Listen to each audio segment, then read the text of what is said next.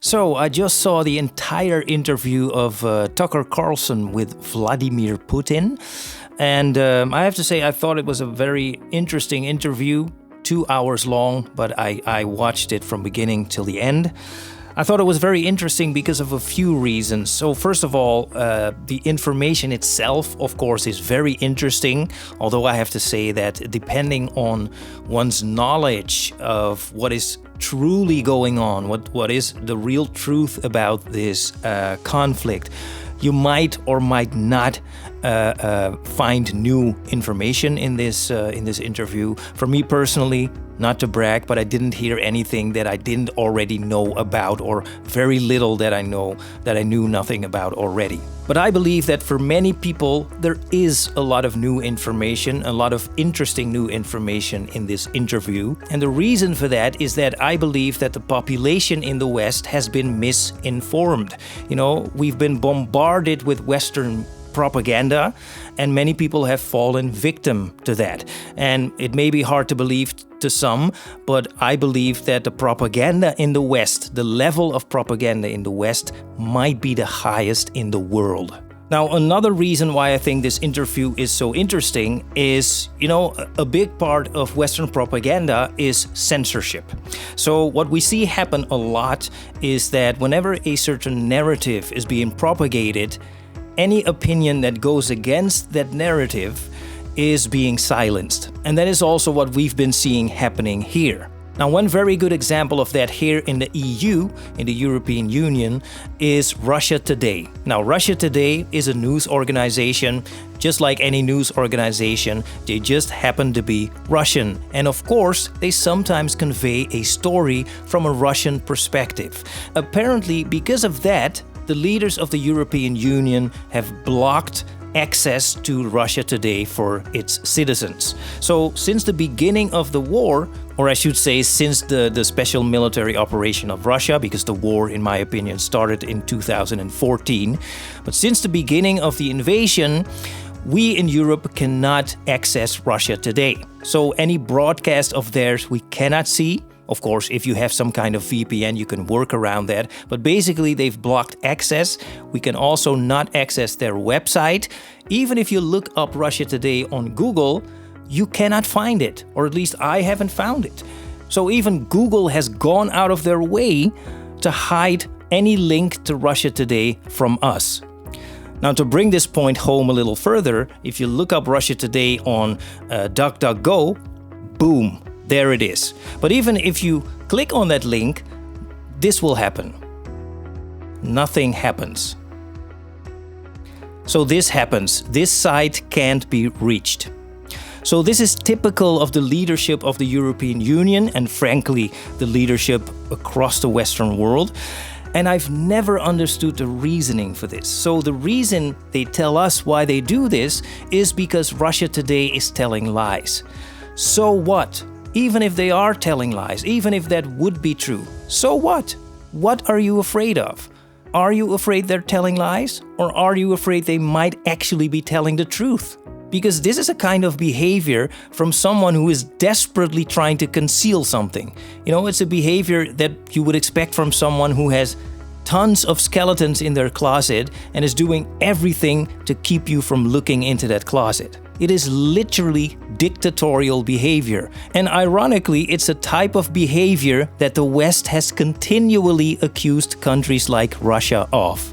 Let me tell you this.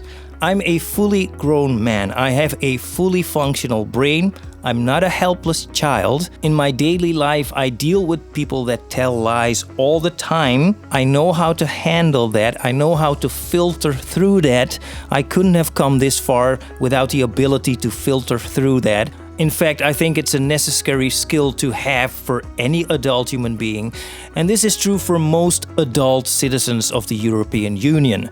So we don't need some kind of government or authority telling us, dictating to us what information we can and what information we cannot get access to. We can decide that for ourselves. Thank you. But anyway, that's why I think this interview is very interesting and also very, very important, because it kind of breaks through the censorship wall, if you will. And I have to compliment Tucker Carlson, even though I haven't always been in agreement with what he has done and what he has said in the past. I think he did a very, very good job at going to Russia, speaking to Vladimir Putin, letting him say what he needed to say and wanted to say, and posting the result online in its entirety. So he didn't make any cuts, he didn't cherry pick any parts that would support a certain narrative. He just posted it in its entirety online, and I think that is the right way to do it. Because I truly believe that if all information would be out in the open and would be discussed objectively, I don't think that our political leaders here in the West would be able to continue this war for much longer. Because let's face it, of course, this war is a disaster. I mean, hundreds of thousands of lives have been lost. Many more have been injured. The country is in ruins. It's being destroyed as we speak. Economically, Ukraine is destroyed. But also internationally, we've been seeing some economic problems. So all those sanctions that were put on Russia from the West, let's face it, they've backfired. So what we've been seeing in the US and especially in the EU is inflation after inflation. Food prices have gone through the roof. Energy prices have spiraled out of control. It's a disaster. But even geopolitically, from a Western point of view, I think that it hasn't really gone the way that most Western political leaders expected it to go. This war has been very revealing to the fact that the Western homogeny, or let's say the US homogeny, seems to be coming to an end. But anyway, bottom line, everyone wants this war to end. And when I say everyone, of course, I don't mean the military-industrial complex, but let's say for most citizens of this planet.